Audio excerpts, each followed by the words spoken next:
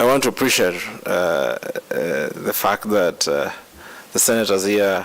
Communications Authority Director General Ezra Chiloba was today hard-pressed to explain to the Senate Ad Hoc Committee on the Shakahola deaths why the authority was yet to take down controversial Malindi cleric Paul Mackenzie's sermons from online platforms where they have been circulating for the last few months. Maybe there are other people who are still reading, following.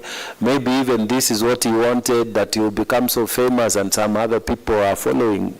Aren't you able to do something? Because this is what our voters are telling us. Do something, because maybe our children are still following the content. Chiloba told the committee that gaps in the existing legal framework limit the authority's ability to execute its mandate. Although the authority has outlined a programming code that governs religious broadcasts, it can only collaborate with other government agencies and private companies to regulate digital content. It is not done directly by us. We actually have to go back, for example, to identify who is the host of that particular platform.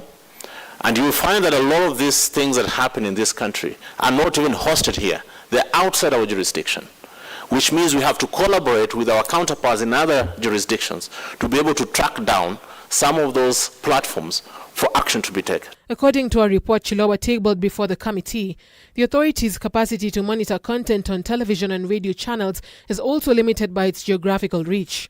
The current infrastructure that we have has the capacity to monitor up to 140 free-to-air television channels and 124 FM radio stations in Nairobi, Mombasa, Nakuru, and Nyeri.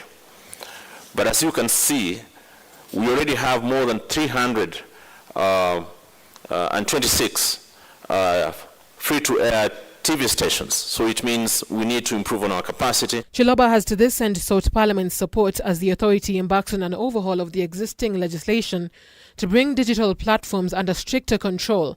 Also present before the committee was National Registration Bureau Secretary Christopher Wanjau, who revealed that Mackenzie may have altered the birth date on his national identity card. When the government introduced second-generation ID cards, Mackenzie was issued with second-generation ID card, where he also changed his date of birth from 1976 to 1973.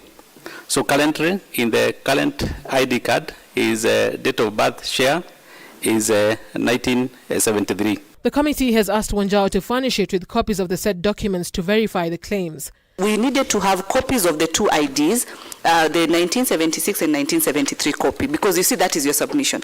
Two, as you clearly indicate, like any Kenyan over 18, when you're applying for an ID, the key document is a birth certificate. Where is the copies of the birth certificate that justifies this? Because this seems to be now your own information. According to Chiloba, the authority is compiling a full dossier on Mackenzie's activities and will submit a substantive report in the next 14 days.